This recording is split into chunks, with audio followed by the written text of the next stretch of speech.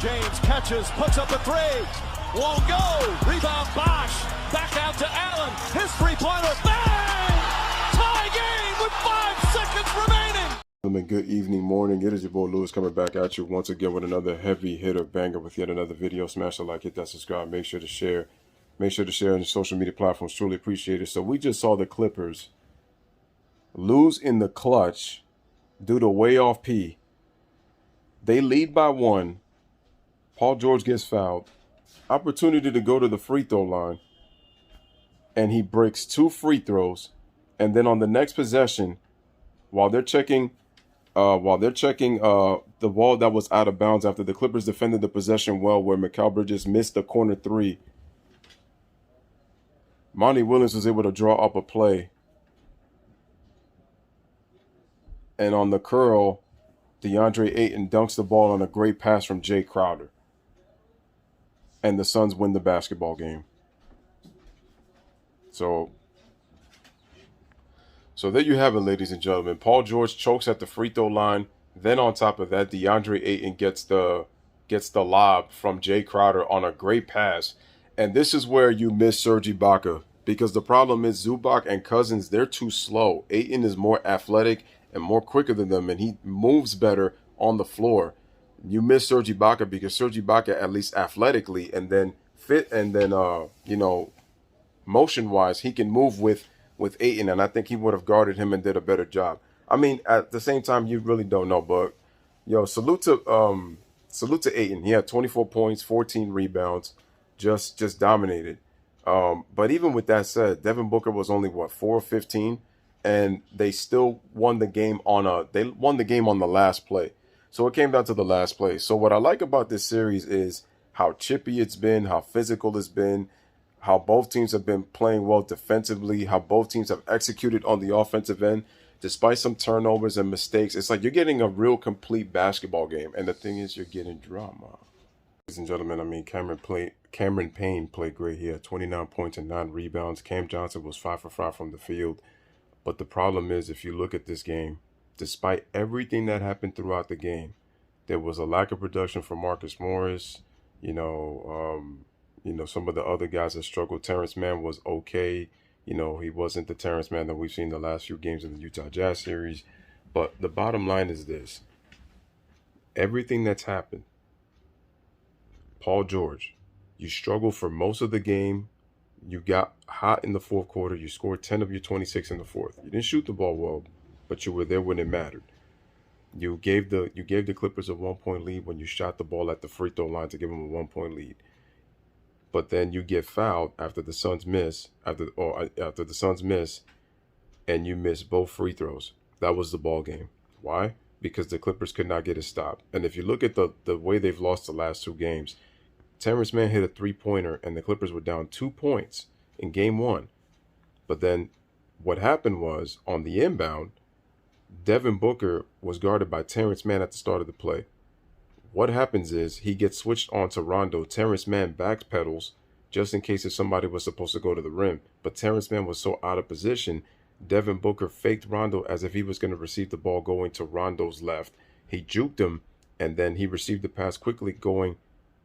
He juked him as he was going left, and he went right, rolled to the basket, and Terrence Mann was way too late to get near him. And Terrence Mann didn't even rotate. He just took 1-2 steps and then let Devin Booker dunk the basketball, which put the Suns up by 4 in game 1. That cost the Clippers to have a chance to tie the game or win the game in regulation in the fourth. Tonight, Paul George misses 2 free throws. They defend the possession, but because they were checking to see who the ball went off of, that allowed Monty Williams to get a play to execute. They execute the play. Crowder inbounds it, lobs it to DeAndre Ayton. He dunks the basketball. Ball game. That's it. Even with 7/10 of a second. So if you look at the Clippers, their defensive execution on inbounds plays the last 2 games, the first game cost them an opportunity to tie or win. And in this game, it cost them the game completely because of Paul George's 2 missed free throws. Now, if DeAndre Ayton had made the basket, it would have been a 1-point game. That's the magnitude of the 2 free throws missed by Paul George. So, Wayoff P chokes in the clutch, and DeAndre Ayton makes the clutch play. And guess what? Now, the Suns are up 2-0. But if you think this series is over, it's not over until the Suns get that third game. So if they get game 3, the series is over. So the Clippers have been in this position before in back-to-back series. You hate the fact that they put themselves in that kind of position. The funny thing is the Clippers didn't play in the first 2 games against the Mavericks. They got blown out by double digits at home both times. Against the Utah Jazz, they were in both games, and they just lost it down the stretch. Against the Phoenix Suns, they lost it on key plays down the stretch. On back-to-back inbound plays in back-to-back games. So that's how they lost this game. Now we got to see if they're going to respond to win game 3. I mean, are we going to blame? We could blame some Ty Lue coaching, pretty much. Some rotations. But the issue is that one thing that I really do see, though, I really do see that, and on that inbound play, the issue that Ayton is having, the way that the Suns design their plays is a reason why Ayton stays active. Zubac is too slow to guard Ayton unless he's in the paint where he could be physical. As long as Ayton is out on the perimeter where he can move in motion, that's a problem for Zubac because he can't recover because he's very slow. And it's the same with DeMarcus Cousins. Their defensive, Zubac can defend well in the paint. Cousins is not a defender, period. So I got to see what adjustments Ty Lue makes going into game 3 when there'll be at Staples Center. I don't know what's going to be the protocol with Chris Paul and what game he comes back.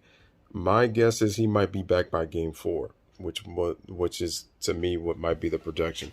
If not game 4, game 5.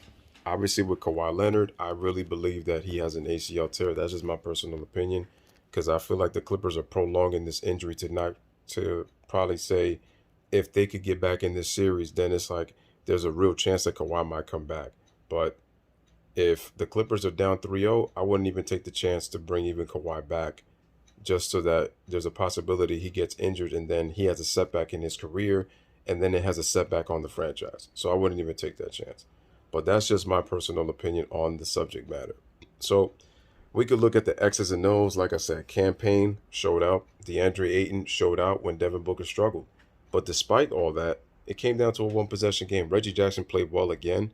Hit some big shots. Luke Kennard played well. Hit some big shots in that fourth quarter. Like I said, the execution was really, really good to see. The defense was really, you saw a little bit of everything, even though there were some players that struggled. And it came down to one possession, and DeAndre Ayton took advantage of it when Paul George left the door open with his missed free throw. So Wayoff Pete choked again. And I got to call you Wayoff Pete. You can't get that moniker until you show me some consistency. Until then, you're still Wayoff Pete. But anyway, ladies and gentlemen, Clippers lose this one 104-103. They're down now 0-2 for the third straight series. Can they come back and win this series? We will definitely see, because the fans are going to say, well, the Phoenix Suns, they're not the Utah Jazz. They're not the Dallas Mavericks. Because remember, people said that the Utah Jazz were not the Dallas Mavericks, and look what happened. They were up 2-0, and they lost the last 4 games. They lost the last 2 without Kawhi Leonard. So what does that tell you? But the Phoenix Suns, this is a different team. This is minus Chris Paul. The Suns did play well at home. We got to see how these guys play on the road, so we'll definitely see about that. But I definitely think the Suns will be up for the challenge. And the Clippers, they got another uphill battle, but we'll see what happens, man. But some of their players, role players, they definitely got to play better at home. So anyway, ladies and gentlemen, this is your boy Lewis with another one. Let me know what you guys think on this reaction. Anyway, bless up, live, laugh, love. Thank you guys for watching. Paul George chokes, and DeAndre Ayton is the hero and was the best player on the floor other than Cameron Payne tonight. Take care. The LA Clippers, they trail by as many as 7 here in the fourth. I'm giving the ball to Devin Booker and getting out of his way. Booker pulls up, jumper, it's good! Devin Booker drills it, and the Suns back up by 1. Timeout Clippers. And they took Ayton off the floor to downsize along with the Clippers. There'll be no shot blocking at the rim. George, jumper, got it! Paul George drills another. Back to back. Crowder looking, throws it alley. Oh! Ayton puts it down! He puts it down! It's over! And they're trying to say goaltending, but that's a live basketball. He can finish it. To the of your game-winning shot? Man, I just trust my teammates and my coaches. I just listen. I'm coachable. Just listen to what they told me to do. And you know, Jay made a great pass. You know, and I just finished. And I'm glad it counted. I didn't even know, you know, it counted for real. I wanted to hold in my celebration, but you know, my teammates told me it counted, and we just wanted to finish the game off strong. And this was a gritty, physical battle. I saw you talking to Devin Booker at the end of the game, playing with those 2 stitches in his nose. This is the Clippers team that doesn't give up. How do you feel you responded to their punches and how you guys fought back? I mean, hats off to the Clippers. They're a tough team. But, you know, with us, once we stay together and we do what we have to do, we're a strong unit, and that's what we did today. You know, big props to D-Book coming out back.